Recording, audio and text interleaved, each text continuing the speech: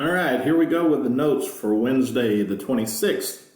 So let me go ahead and click on this and get the slides up and running.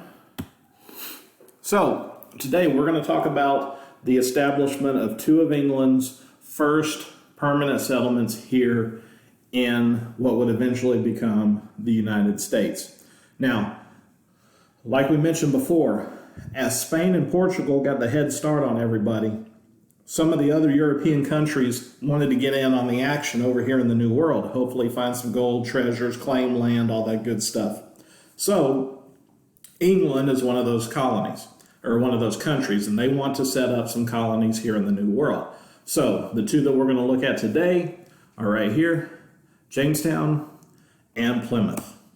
So what you need to be able to do after we're done today, you need to be able to identify how the colonies of Jamestown and Plymouth were similar and different. We're going to tell you why they were founded, when they were founded, what were some of the problems they had, and what were some of the good things that came out of those. So, first thing first, let's look here. The motivations for the Jamestown colonization. Why did they found the colony of Jamestown?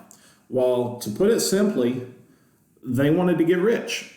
All right, England wanted to send some people over here to look for gold and silver, and so that's what they did. They organized this expedition and they came over here. We know that they weren't coming over here to try to establish any type of permanent settlement because all they sent was men, really, the first go-around. Single men wanted to make money, come over here, try to find gold, find silver, find whatever treasures they could, take it back to England and get rich. They didn't really intend to stay. And they wanted to get here before the Spanish and the French did. The Spanish and the French were more, they were a little bit, the Spanish was further south, the French were going to be further north, so we're kind of hitting in the middle of North America, trying to beat these other countries to the punch here. So when it comes down to why Jamestown was founded, you're going to put this in your notes. This one point right here under Jamestown where you typed in why earlier, you're just going to put looking for gold and wealth. So hit pause on the video, go fill that in, and then come back and hit play. All right? Now, the founding of Jamestown's colony, when did this happen? Well, we can see right here at the top of this note, Jamestown was established in 1607. That is an important date. There's a very good chance that you will need to know that for your STAR test. So it was founded in 1607. It was founded by a company known as the London Joint Stock Company. We're not going to get into exactly what joint stock companies were. Basically, a bunch of people got together, threw their money in a pot, and paid for these trips to the New World to try to find treasures. All right, they were basically investing in treasure hunting. The king had to give them permission, so he gave them a charter, granted them permission to go to the New World on England's behalf and look for gold and silver and all that other good stuff. So it tells you right here, the company went out and recruited people, promised them that they were going to find gold and they were going to become wealthy, and that was how it was going to go down. All right, a lot of people were interested in this. Some were adventurers, some were treasure seekers, some just wanted to get out of England for whatever reason, decided this sounded like a pretty cool trip, and so they headed this way.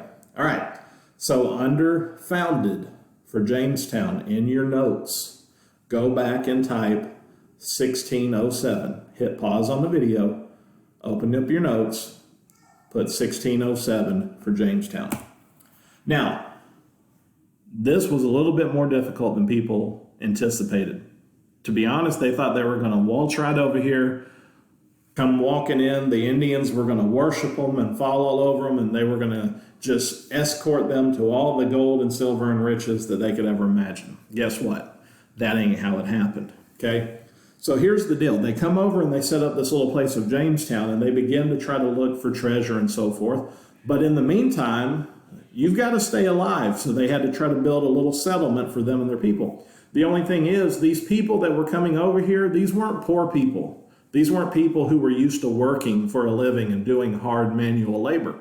They were kind of upper class people. And so when they get over here, they don't really know how to take care of themselves. One, some of them were lazy, very lazy. All right. They had no expectations of doing any type of manual labor. They thought someone else was going to take care of that. Maybe the Indians would take care of them, help them provide food for them and all that other good stuff. Well, guess what? We weren't very friendly to the Indians, and the Indians weren't very friendly to us, and they were in no hurry to help us out. So basically what happens is in that first year, disease and starvation killed a majority of these colonists in that first year. As a matter of fact, it was to the point where they were about ready to just give up on it. I mean, a couple hundred people came over and were living in Jamestown, and we're down into the double digits, like in the teens of people who were left. Everybody else had died. So early difficulties, you're going to put these three things right there under Jamestown troubles or difficulties. Jamestown troubles. Laziness, starvation, and death was a way of life in that first year for Jamestown.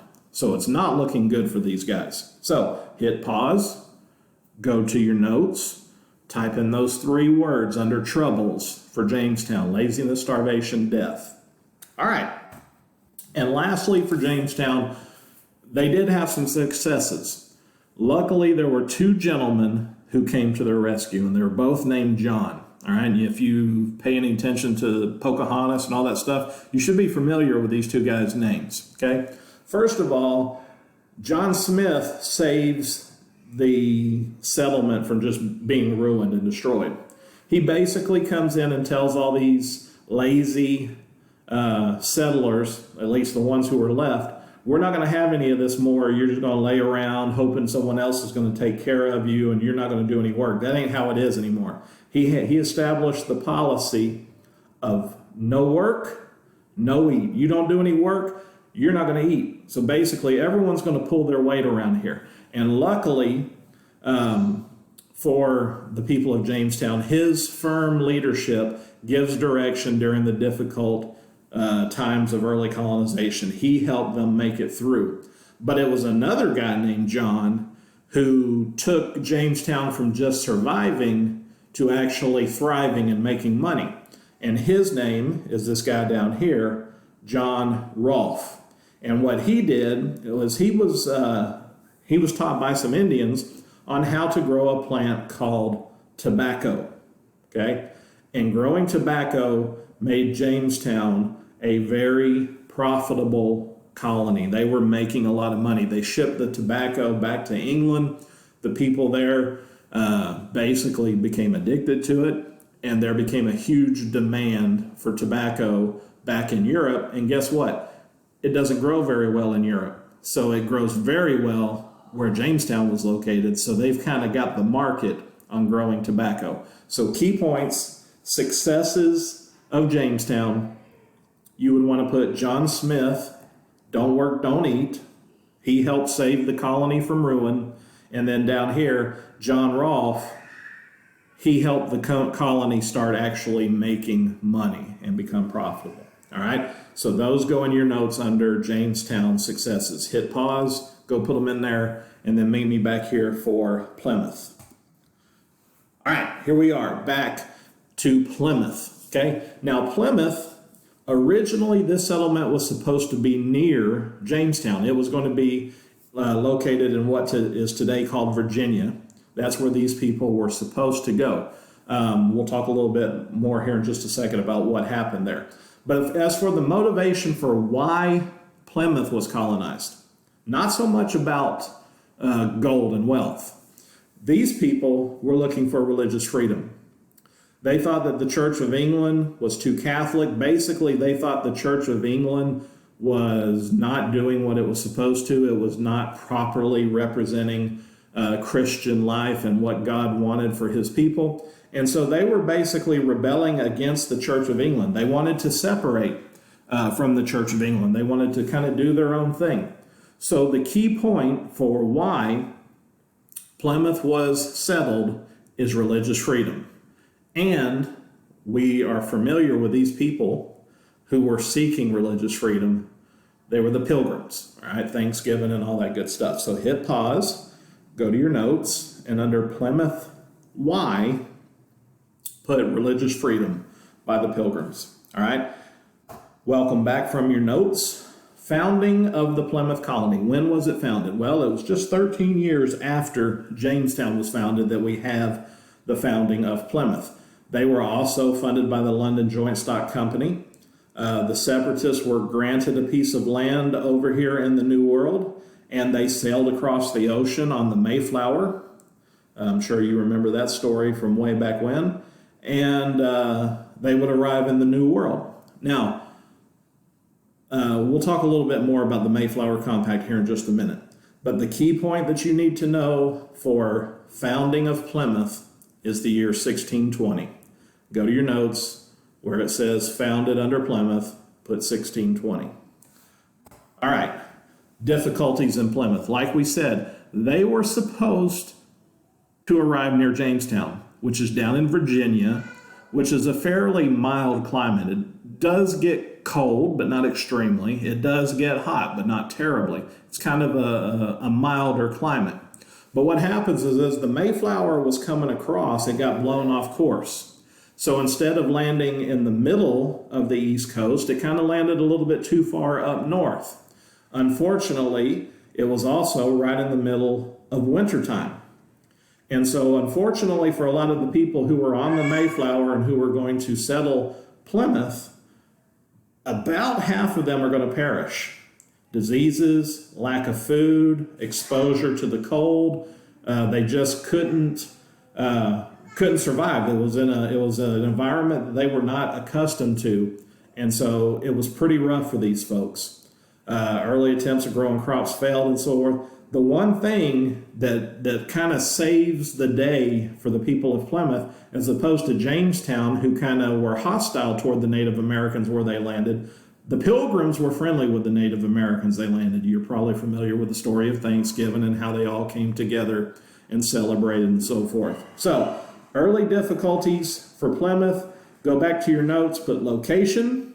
They landed in the wrong location. They were landed at the wrong time in the middle of winter, and the result of that was the death of many of their people. All right, hit pause, go do that, and then meet me back here. All right, welcome back. Factors of success for Plymouth. Okay, now when the people on the Mayflower got blown off course and they landed in a place that they weren't supposed to land, it kind of negated all of the plans that they had, that the king had given them and that England had told them. And so they basically said, we're going to have to take care of ourselves here. We're in a new place that we don't know where we're at. We've got to come together and decide how we're going to run our settlement. How are we going to run our colony? How are we going to make sure things go smoothly?